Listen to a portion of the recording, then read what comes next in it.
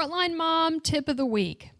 Figure out in advance, before talking to your children, whether this is a no room issue or a wiggle room issue.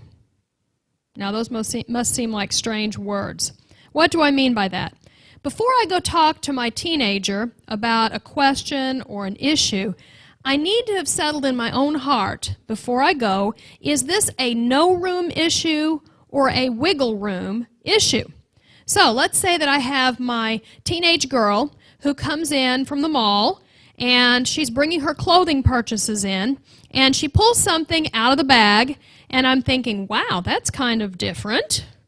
And she puts it on and I'm thinking, I would never buy that. But I look at it and it meets the family standards, which I do recommend that you have family standards for what is appropriate wear. In other words, it's not too low or too high, too tight. And it meets those standards, but it's not something that would be my style preference. Well, then that would be a case of wiggle room, because your teenager is looking for some places to express their individuality, to do something a little different than mom. But if she came in with that bag of clothes and it automatically violated 2 or 3 of the guidelines that you'd given her, if it's showing too much here, and not looking appropriate for a godly young woman to wear, then I'd have to say, in this case, this is a no room issue. Now, I know this may seem basic, but you know, as I began to raise preteens and teenagers, I had to do a lot of thinking in my mind as to whether this was something that I did have wiggle room on or something that we held as a value for this family. Our teenagers are looking for us to hold firm on our values.